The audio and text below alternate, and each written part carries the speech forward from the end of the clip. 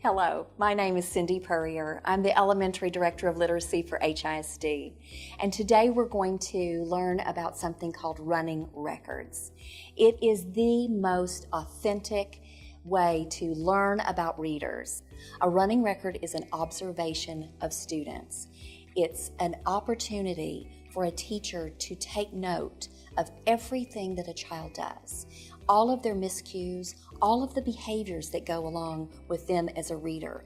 And then maybe even what's more exciting is that it's an opportunity for a teacher to take what she is able to learn from a running record and then use that running record to decide what is my next teaching point. What is keeping that child from moving forward as a reader? And that's what running records do for us. Today, I'm going to be using the Scholastic Leveled Bookroom Implementation Guide. The reason that I'm using that is because every single school has this resource available to them. A running record can really be anything. It can be a poem, it can be a newspaper article, it can be a textbook. But for today, for our purposes, I'm going to be using the Scholastic Leveled Bookroom Implementation Guide. Hi, Melanie. Thank you for reading with me today. One of the things that is so important that we do when we are learning how to read and becoming better and better readers is we work together for me to just listen to you read. And so that's your only job today, is you're just going to read for me. You don't need to try to read as fast as you can. You don't need to try to read slowly either. Just read the way you would normally read. And then guess what? I have a job to do too. My job is to take as many notes as I can about how you're reading, some of the things that you do when you read. So it's really no secret what I'm doing over here. If you want to know something about it after we get finished, I'm happy to talk to you about it. But I just don't want you to be distracted by what I'm doing, okay? So you just practice on your reading and I'll do my work, okay?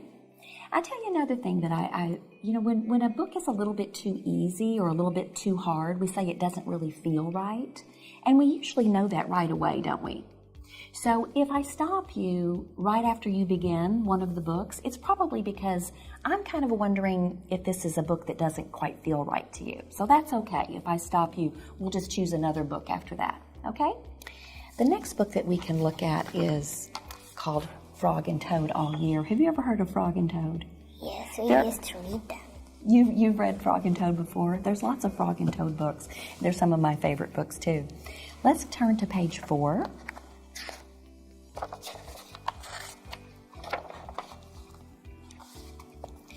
And just start reading when you're ready. Frog knocked at Toad's door. Toad, wake up, he cried. Come out to see how wonderful the winter is. I will not, said Toad. I am in my warm bed. Winter is beautiful, said Frog. Come out and have fun. Flap, said Toad. I have not have any winter clothes. Frog came into the house. I have brought you some things to wear, he said. Frog pushed a coat down over the top of Toad. Frog pulled snow pants up over the bottom of Toad. He put a hat and scarf on Toad's head. Help, cried Toad. My best friend is trying to kill me. I'm only getting you ready for winter, said Frog. Okay, you can stop there. Okay, how did you feel about that one? Good, too. I felt good about that one too. There's a few little things in that book that I think that we can work on as a reader, because guess what? We're all working on something as a reader, aren't we? Yeah. What can you tell me about what you read in this story? Can you talk to me a little bit about what you read? Toad didn't really want to go out, but Frog did. What else can you tell me?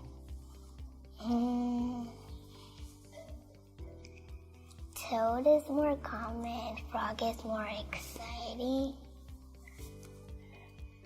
Okay, anything else? No. So toad is more common and frog is more exciting.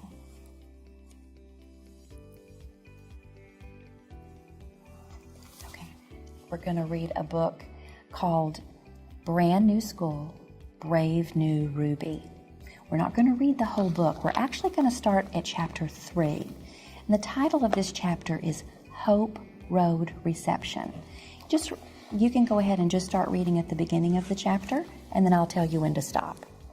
We were a block away from the school. I could see everybody standing outside on the blacktop. It looked like a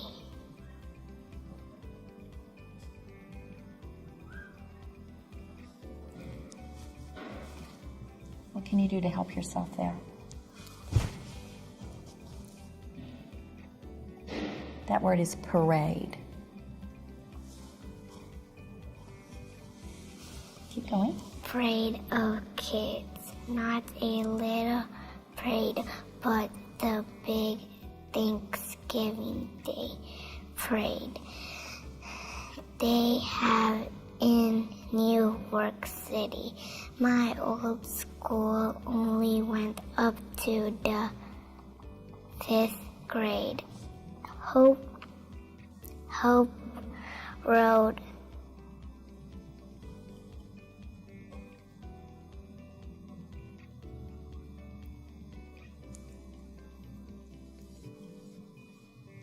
That word is academy. Started at kindergarten and went all the way to the 8th grade. That means a lot more kids. I looked all over for my friend Teresa, but I didn't see her anywhere.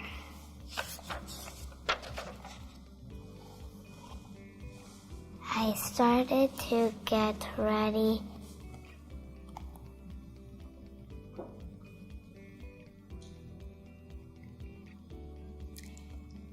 That word is extra. Extra.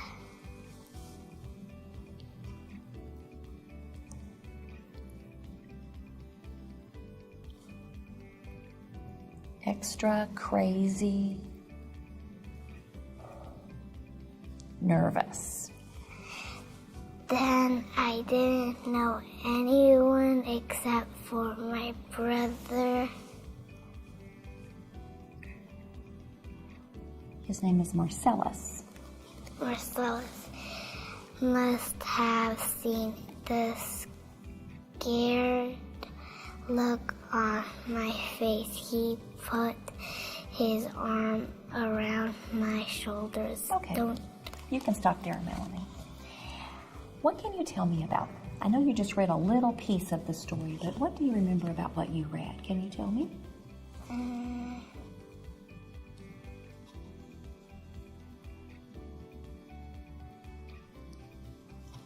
What can you remember about what you read?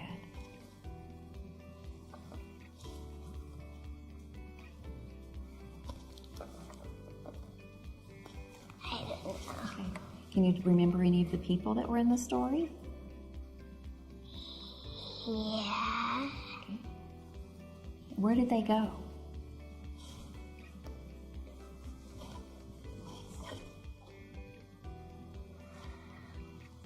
Okay, that's okay. That's all right. I think we know exactly what we need to do next time, don't we? We can just work on remembering what you read and understanding what you read. Okay, thanks, Melanie. I appreciate you reading with me today.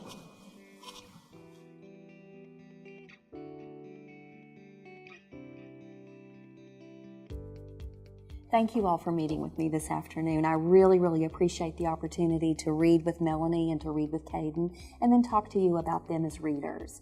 I was able to get to know them a little bit as readers this morning. Of course, I don't know them as well as you do, but I hope maybe as we look at the running record today, we can learn a little bit more about them and how we can move them forward as readers. Absolutely. So I really appreciate you working with me on this afternoon. You. You're welcome. You're welcome. First of all, I put Melanie in a level K, and the reason that I did that is because in speaking with you, you said that was where you were working with her in the classroom. Yes. So that was a good place to start. Absolutely. Tell me a little bit about how you came to that decision. What caused you to believe that Melanie was in a level K for on her instructional level?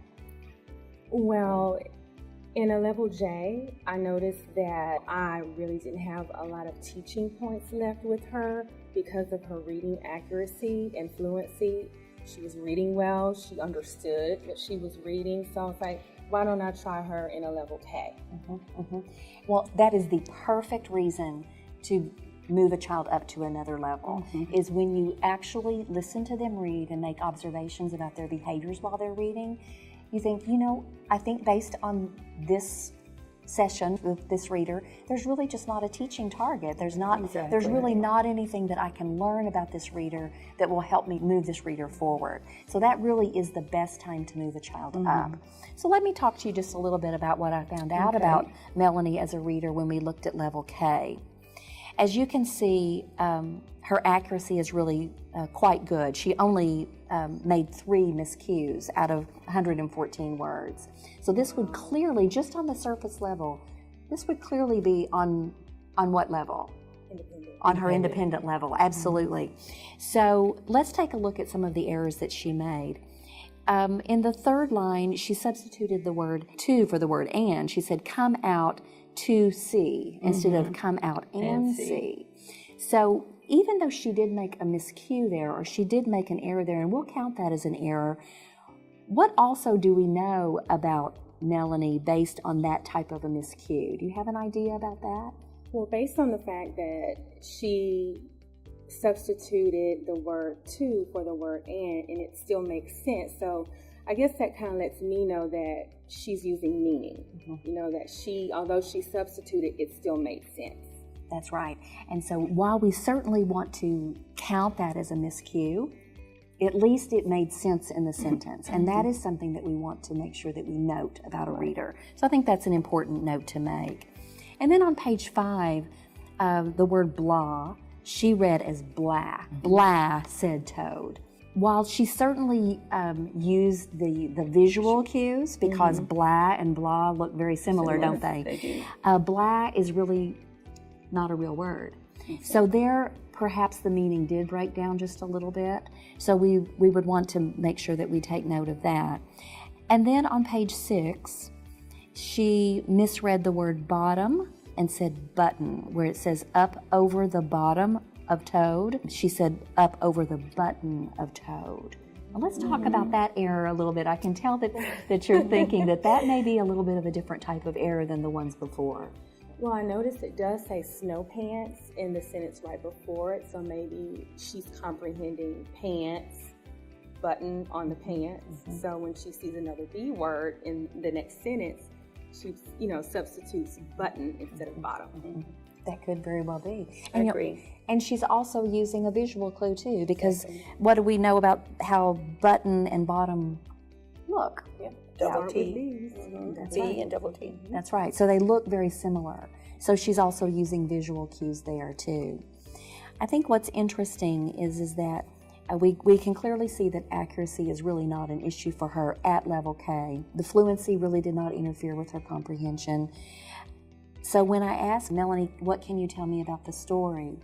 What she said was Toad didn't want to go out, and Frog did. And that Toad is more common, and Frog is more exciting. And so I think what I would say here is that not only does Melanie comprehend a very simple story like Frog and Toad, but she even sees the big picture. Let's talk a little bit more about that.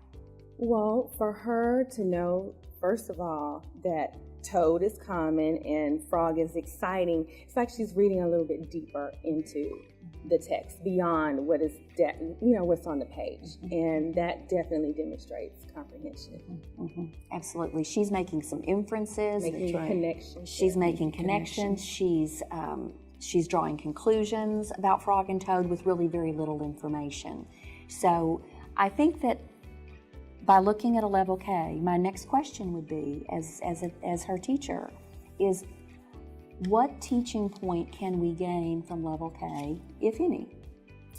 Well, looking at this particular running record, I don't think there's much, to go on as far as coming up with a teachable moment or teaching point. She's using her visual, cues, she's meaning, and she has comprehension. So I'm thinking that Melanie's probably ready to go on. I think she is too. I think she is too. And I think what is interesting for us to note here is that, often when we reach in a certain level, whether we can't find a teaching point anymore and we think, I think this child's ready to move up, we just assume that the next level is the good fit. And sometimes young readers will make pretty big leaps. So what I decided to do, I took a little bit of a chance, and I decided, with Melanie's permission, to try a level N. So actually, I skipped L and M. Right. And I told Melanie up front, I said, if this is not a good fit for you, or if this is not a book that you feel comfortable with, we'll stop. But are you willing to give it a go? And she said yes. So I went ahead and put her in a level N, and this is what I noticed. On the third line, there was the word parade. And by my coding, what can you tell me? What happened there with parade? What did I need to do? You had to tell her what parade was. I had to tell her the word parade.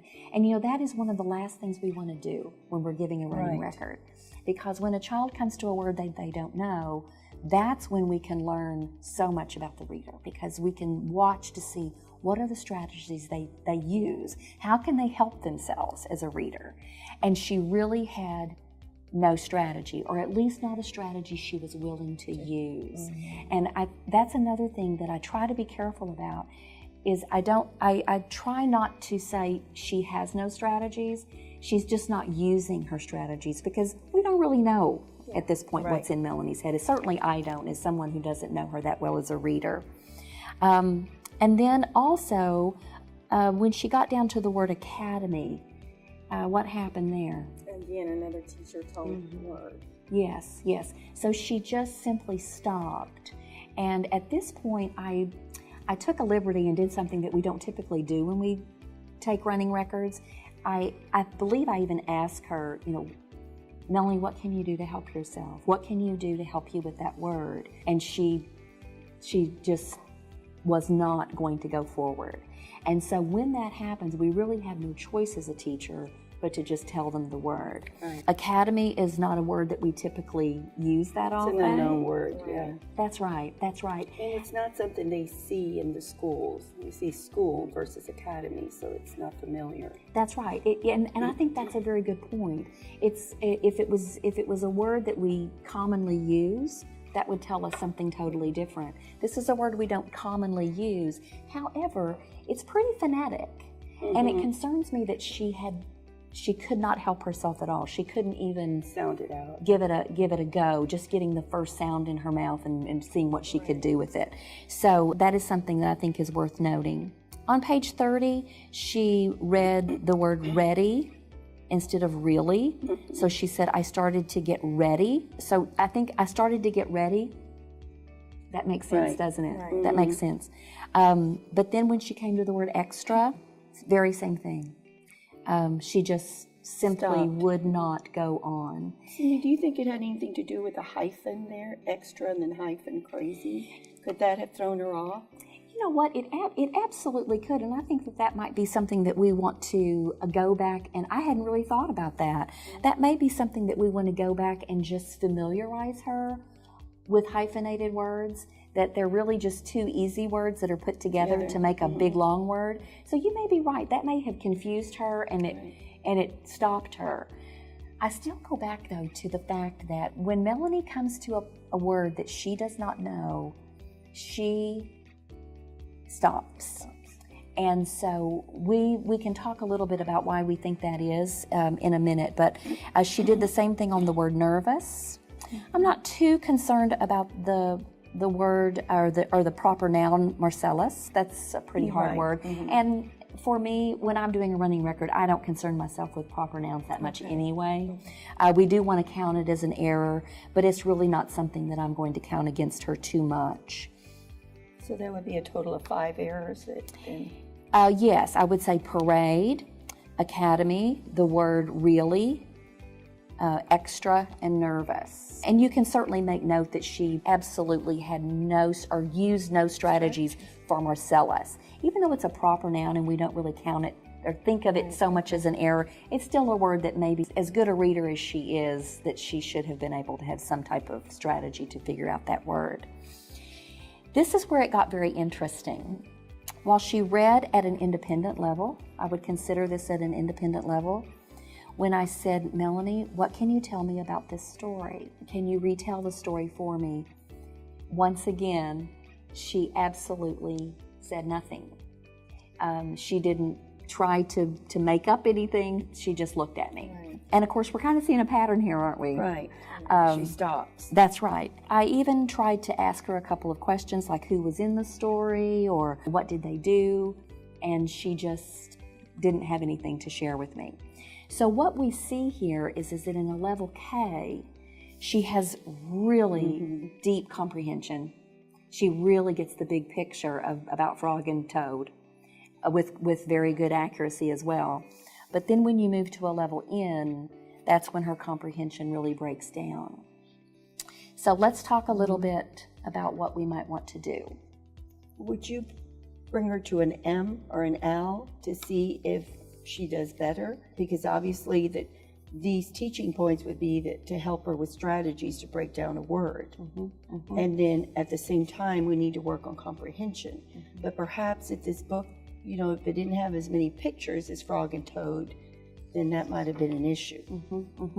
I think I probably would try her in a book that's in between a K and an N. I also would say, though, that a lot of times with comprehension, and I think with Melanie in particular, and I think that's one of the reasons that I love running records so much, is that this is about Melanie, and this is about what we know about her as a reader. Exactly. And what we know about Melanie as a reader is that when she's not confident, when she doesn't know something for sure, what does she do? Stops. That's right. And and that's what's so great about running records. Because then you can really know the child and be able to gauge where we need to go with that child instead of just, letting them keep reading and being frustrated. So I guess what I'm wondering, I don't know this yet, but what I'm wondering about Melanie, and maybe the reason that I wouldn't go down too quickly, is because if it's a confidence issue, I can't help but wondering what's going on in your head. Would you be able to answer or to retell the story if you just had a little more confidence? That you're thinking about it, but you're not absolutely sure that it's what I want to hear? So you're just going to sit and not take a chance. So I think what I would do is I might keep her in an N and see how she does with a lot of positive reinforcement. So based on our discussion about Melanie, what do we think would be the teaching points or the takeaways from our running record with her? Okay. Well, Cindy, looking at level K, there are no concerns really there with takeaways. She had 2 errors, or 3, but really I don't think there are any teaching points there because her comprehension was good on level K. Now, as we move to level N, we do have a few concerns that the main concern is that she comes to a word, an unknown word, and she stops. She doesn't use her strategy to decode the word or use sentence around her to make meaning. So I think that would be a great teaching point for us to work with Melanie on. And in addition, we find out that as she comes to those stopping points, if she doesn't know the word, she's losing comprehension. For some reason, even though her reading is good, but either it's her confidence, maybe her confidence breaks down. So I think that we need to work on that, giving her more confidence by giving her strategies in order for her to break down the words and be able to make meaning of it. So I think that will give her comprehension. I absolutely agree with you. I think that the teaching point or the takeaway for Melanie is that when she comes to something she doesn't know, whether it's a word or whether it's comprehension, retelling a story, and she's not absolutely certain that she knows it, she stops. And what we don't know is whether it's because she has no strategies or if she's just not confident enough to use those strategies. And I guess the bottom line is that the important thing is that she's not using them. Right, So if she's agree. not, it doesn't matter if she has them if she doesn't use them. Exactly. So, yeah, so I Thank think you for that. the Yeah. confidence issue is huge with her. Okay, thank you. Thank you so much for joining me to learn more about the most valuable tool that we have in getting to know our readers as readers, the running record. If you need more information about taking running records and how you can use those in your classroom, you can contact your TDS or you can contact the curriculum department.